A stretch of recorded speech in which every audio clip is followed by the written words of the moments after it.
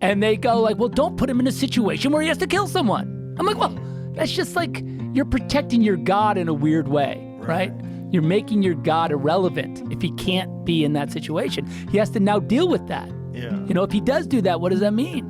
What does it tell you? But does he stand up to it? Can he survive that? Right? As a God, as your God, can Batman survive that? People don't like seeing their heroes lose. We like to see them struggle with their morals. I beat you! We like seeing them overcome trauma. Oh, your money! We like seeing them become temporarily defeated, but we know that in some form, they'll eventually come back. But we don't want them to stray too far from their core foundations. We don't want them to truly fail. Zack Snyder's Batman in BvS is one who has failed. He's drifted from the icon we know and has compromised his ethics on criminals. Snyder has a love for these mythologies and wants to explore them even further. So when there's a rule that says Batman can never kill someone intentionally in any circumstance, he wants to see what happens to the character if he does. And so do I. And that's because we take the mythos seriously.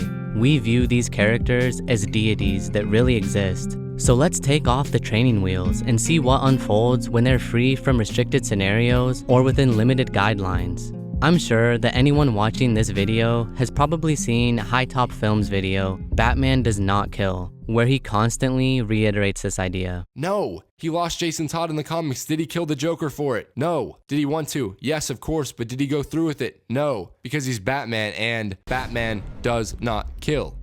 Repeating over and over that Batman doesn't kill only puts a restraint on the stories creators are able to tell. It only dampers the depth we're able to explore. And look, maybe the best form of the character is one that never kills, but that's not the only logical pathway that can emerge from what he goes through. If you want to make something new in the Batman ethos, what else is there left to do?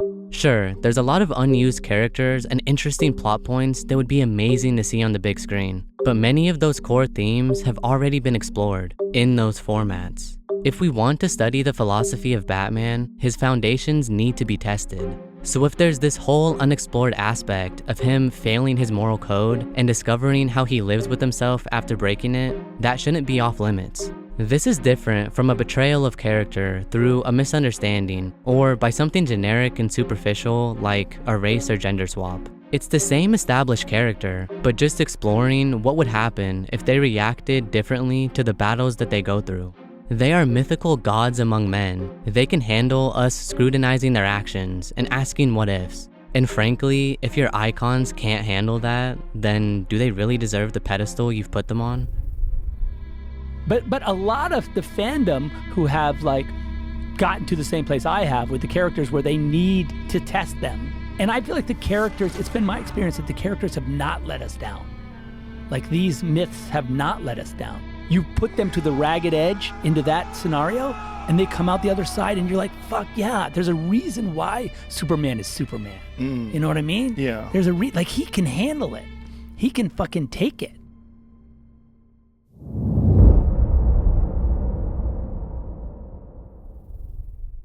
I really want to move on to Batman iterations and other media, but let's get Batman v Superman out of the way first. Some people say that the Martha moment doesn't work because Batman's already become a killer by this point, but he never has so directly. He's never had to look into the eyes of someone and plunge a spear into them. He's never felt someone take their last breath as he stands over them. He's only killed from a distance, with weapons on his vehicle, or by branding them with the bat symbol so that people in prison can kill them instead. So this moment works because he's now experiencing firsthand what his loosening moral code has allowed.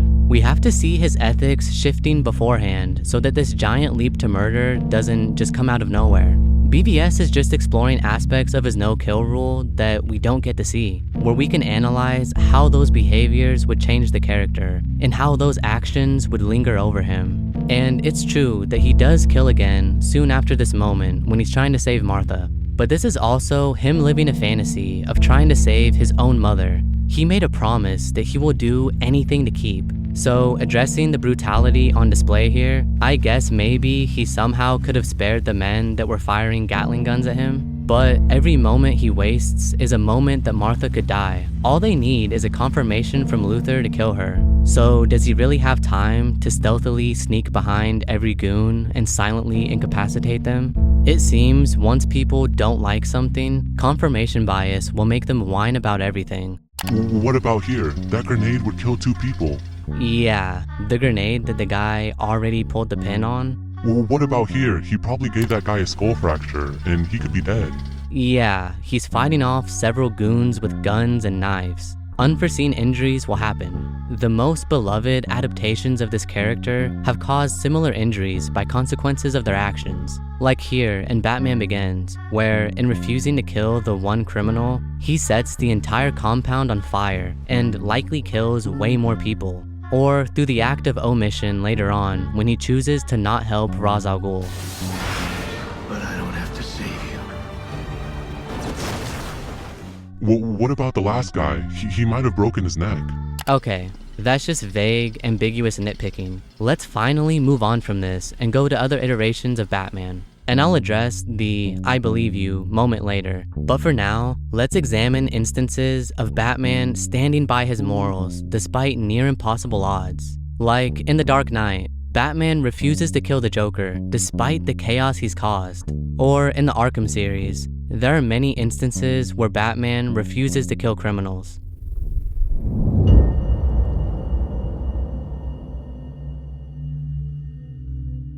One in particular is in Arkham Origins, when the Joker puts Batman in a situation where at least one person has to die. Bane is wearing a heart monitor, and if his heart continues to beat, it charges an electric chair that will kill the Joker. Joker later puts it on Gordon, but it operates in the same way. So in order to prevent that, he'd have to kill Bane quickly before Joker dies, or just sacrifice his own life so that everyone else can live. Batman being Batman, he finds a way to circumvent these restrictions. And so he stops Bane's heart long enough for the Joker to leave, and then he revives Bane soon after. This is where his detective abilities and ingenuity can be a creative solution in the story. But you can't just have this type of solution happen over and over. I get it. The fact that Batman doesn't give up or compromise is what makes him who he is. And I love these stories as well. One of the best things about Batman narratives are how they're able to show the mental and physical toll his lifestyle causes. They show his isolation from others and how his past haunts him. Having situations where the characters aren't able to escape from consequences, similar to how we aren't able to in real life, are often the most impactful. However, if there's always a caveat to what they are and aren't allowed to go through, then the stories eventually just turn into cop-outs, not genuine explorations of their psyche. So you're saying to me that I've got a gun to this kid's head, you're Batman, there's no move, there's no trick, there's no throwing the batarang, there's no dust ball to distract me. Like I've just got to pull the trigger and I kill this kid. So you're saying in that scenario, what's Batman supposed to do? Here, Snyder is referencing an interaction from the comic The Dark Knight Returns. In the animated movie, Batman is able to avoid killing by shooting the mutant's hand. They then just stand there long enough for Batman to be able to knock them out, and then he saves the kid. In the graphic novel, the scene plays out about the same, but Batman seems to shoot them more directly. It's clear that Snyder's interpretation of this scene is that the mutant is dead. There is a lot of blood on the wall, and what looks to be an exit wound, and the onomatopoeia says, it's not a simple bang, so you could infer that multiple shots were fired. You also never see the body afterwards. People who want his no-kill rule to always stay in place will cite the scene later on when he's talking to the Sons of Batman, when he says, "This is a weapon of the enemy. We do not need it. We will not use it." While seemingly ignoring the next panel when he says, "Our weapons are quiet, precise. In time, I will teach them to you. Tonight, you will rely on your fists and your brains. Tonight, we are the law. Tonight, I am the law." So it seems his goal isn't solely to prevent killing with guns, but is to be more precise with the pain they cause. This version of Batman isn't as anti-gun as many people think. Take a look at this scene earlier in the issue when he says, "Good, didn't get the gun wet. I'll need it, provided I can fit my finger in the trigger guard. He then proceeds to use it. It doesn't seem clear what precisely he's shooting at, but it's nothing that the countless other tools in his belt couldn't solve. So it seems that he has fairly lethal intent. So look, the ambiguity of these random goons' fate in this one particular comic doesn't really matter in regards to the topic of testing Batman's ethics. It's not a true test if he can always find a third option. Either kill the aggressor or let an innocent person die. No ambiguity, no trick. No Deus Ex Machina that comes to save the day. I want to see what happens to the character when he's really challenged, because any scenario in which the mutant or the child lives is still a loophole. What if his shoulder or body wasn't exposed enough and a headshot was the only option available? What if a bullet wouldn't penetrate the goon's gun, and even if it did, he would quickly kill the kid anyways? Every solution Batman does eventually becomes a cop-out. I'm talking about him. Just him. And doing it because he took me away from you. Another standoff scenario Batman gets put in can be found in the animated film Under the Red Hood. And while this one is a bit more nuanced, the story still won't let Batman fail his code. What, your moral code just won't allow for that? It's too hard to cross that line? No! God almighty, no. It'd be too damned easy. All I've ever wanted to do is kill him. But if I do that, if I allow myself to go down into that place, I'll never come back. Red Hood argues that he doesn't have to let go of himself and kill everybody, but just the Joker for the unimaginable evil he's done. But Batman knows that for him, his thirst for blood won't end once he's already acted on it, so he can't allow himself to kill, not even once. Red Hood then holds a gun to Joker's head and says that if Batman doesn't kill him, then he'll shoot the Joker. So the only way Batman can save Joker now is by shooting his prodigy. Batman just walks away. He knows that Red Hood is the one responsible for orchestrating the scenario and won't be a part of it. It's admirable to see Batman stand by his morals in such a difficult situation. But after this brilliantly set up moral conundrum, what's the outcome? Batman dodges a bullet, throws a batarang at the gun, and everybody lives. And look, I'll say it again, I love all these stories. I love the fact that Batman has such strong will to not compromise his ethics, but these can just turn into parlor tricks after a while. You can't write a clever or surprising story anymore if we know that Batman has a rule that will never be broken. Yes, it's also true that we can see the consequences of situations like this play out in interesting ways. Seeing Batman have to deal with the consequences and ethics of keeping Joker alive can result in amazing stories. In one of the best pieces of Batman media, The Dark Knight, we see this happen. Batman can't bring himself to kill the Joker when the opportunity arises, and later pays for it with the love of his life dying. When Two-Face is flipping a coin and choosing who to kill, Batman finds a way out of it, and even later becomes an enemy of the city to try and preserve the greater good. But even this film doesn't let Batman fail too much. When he can't stop the Joker in time to try and prevent the two fairies from blowing each other up, he kind of just gets lucky that they chose to not kill each other. And I get it, the point of the scene is showing the goodness of everyday people. But from the perspective of testing Batman, it's a bit of an evasion. Nevertheless, these stories are still great, and I love them. But their more optimistic outcomes shouldn't be the only ones we can see explored. I don't think it's necessary to do mental gymnastics to save every person Batman interacts with. If there's a narrative where he doesn't behave how you want him to, then that is the story. Batman is a violent vigilante, so it's a foundational part of the character that some innocent people will be hurt, whether it's intentional or not. People love seeing Batman brutalize someone to the point of near death and get a thrill from the ferocity.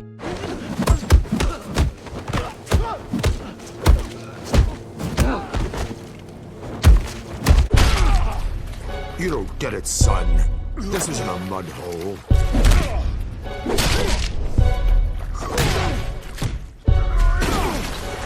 It's an operating table. And I'm the surgeon. In the graphic novel, he then says, "Something tells me to stop with the leg." I don't listen to it. Batman is a vicious dark protector, and we love him for it. But you sometimes have to ask, what quality of life is Batman preserving? He can turn someone into a vegetable, but so long as he doesn't kill anybody, then he did the right thing? A little hypocritical. What'd you say? I think Snyder's Batman has been heavily misunderstood, and I think it's worthwhile to further test the character and see what happens. And of course, after all this, you could just say that you see all my points, but you think Snyder's attempt was lazy, poorly written, and only interested in spectacle. And that's cool, that's a valid perspective. But if someone else is able to find value in it, then why belittle them? I suppose now is as good of a time as any to address some other complaints that people had with Snyder's Batman, like the criticism that we didn't spend enough time with the character for these moments to build up properly. We didn't see his life with Robin before he died in this universe. We didn't see him interact with his rogues gallery. And up until Zack Snyder's Justice League, him and the Joker didn't really have a scene together. This is because the story Zack is telling isn't predominantly a Batman one. It's more focused on the Justice League as a whole and would have led to the invasion of Darkseid. Snyder made room for many of these story elements to be explored in solo movies. I think it would have been interesting to reveal certain aspects of the character at different times, in a sort of Tarantino-esque timeline of events. But because of the backlash to these films and studio interference, we never got to see many of these threads pan out. So yeah, sure, a lot of the character's psyche and motivation around killing in BvS is something we have to infer from what we're given. But to me, that's fine. There's enough here for us to piece it together. His dialogue with Alfred about criminals demonstrates this. Criminals are like weeds, Alfred. Pull one up, another grows in its place. We've always been criminals. Nothing's changed. Oh, yes it has, sir. We also see his change in morality by witnessing through Superman's perspective the damage that this method has on loved ones. You know the mark all over, guards don't care? That's the judge. One man decides who lives. How is that justice? Talk to me. Help me change it. With what? Your pen? A man like that, words don't stop it. You know what stops him? A fist. People will also criticize this version of Batman by saying, if this interpretation is one who kills, why is the Joker still alive if he killed Robin? Like I previously mentioned, there's no interactions between Batman and Joker during this point in the arc of his character. Their small encounter in Suicide Squad is after the events in BvS. Batman didn't loosen his ethics of killing until he was a seasoned and pessimistic vigilante, and the world was changed by Superman. So maybe he would in fact kill the Joker now if they ran into each other, but in BvS, he's kind of preoccupied with other stuff. Later on, in the nightmare sequences of Justice League, you get dialogue with them where Batman says, And when I killed you, and make no mistake, I will fucking kill you. So to me, this shows that this version of Batman is one that struggles with upholding his moral code when things get difficult. And I think that's a valid flaw, an interesting dynamic to have. The final critique I'll address is the fact that we don't see the detective aspect of Batman in BvS. But again, that's one of the points of the story. He's become lazy with how he deals with criminals. He's ignorant and blinded by hate for Superman. So of course this version of him isn't going to be thinking clearly. Right before Superman and him fight, Clark even tries to explain to him that Luthor wants this to happen, and Batman doesn't even attempt to hear him out. You don't understand. There's no time. I understand. However, you can still see hints of his strategic skills when he prepares to fight Superman and does research into his vulnerabilities. He uses lead-based weapons, which is one of Superman's few weaknesses. He also plans out the fight so that Superman triggers traps, and he predicts that the fight will end in the building where he has the kryptonite spear ready. His plan to kill a god would have worked perfectly. So the benefit of having characters behave differently than normal is that it can create unique nuances that haven't been explored before. I love the approach that Snyder took in his films, and it's just a shame it didn't resonate with people more. Provoking the audience is always going to be a risky endeavor, and it's not necessarily appealing for everybody. As I'm revising the final version of the script, the Batman Caped Crusader show just came out, and in it, they are definitely taking some creative liberties with the characters. Some are lazy, superficial changes that add nothing of substance. Others, like the situation with Dr. Harleen Quinzel, are kind of cool.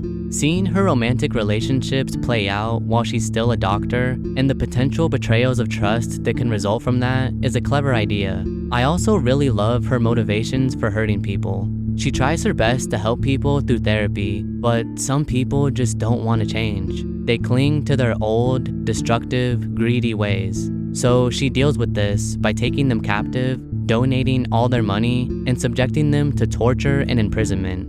That's a pretty dark and welcomed twist. It's sort of similar to vigilantism. She sees the law and ordinary structure of things not being effective, so she takes matters into her own violent hands. In one show, we're able to see a provocation of the audience in what I think are successful and unsuccessful ways. But some fans aren't going to like any changes whatsoever. If the alterations are cleverly written and challenge the ethics of the characters or the audience, then I don't mind. But back to my main point in the video, all of this was to say, Snyder didn't set out to make this movie to cause you to hate him and the characters. He's not maliciously trying to destroy something you love, because he has love for these characters too. Why else do you think he wanted to spend over a decade creating a 5-film arc? Making films on this level, well, on any level for that matter, isn't easy. He has a love for these mythologies and wants to explore them even further. And I think a passionate curiosity should always be respected.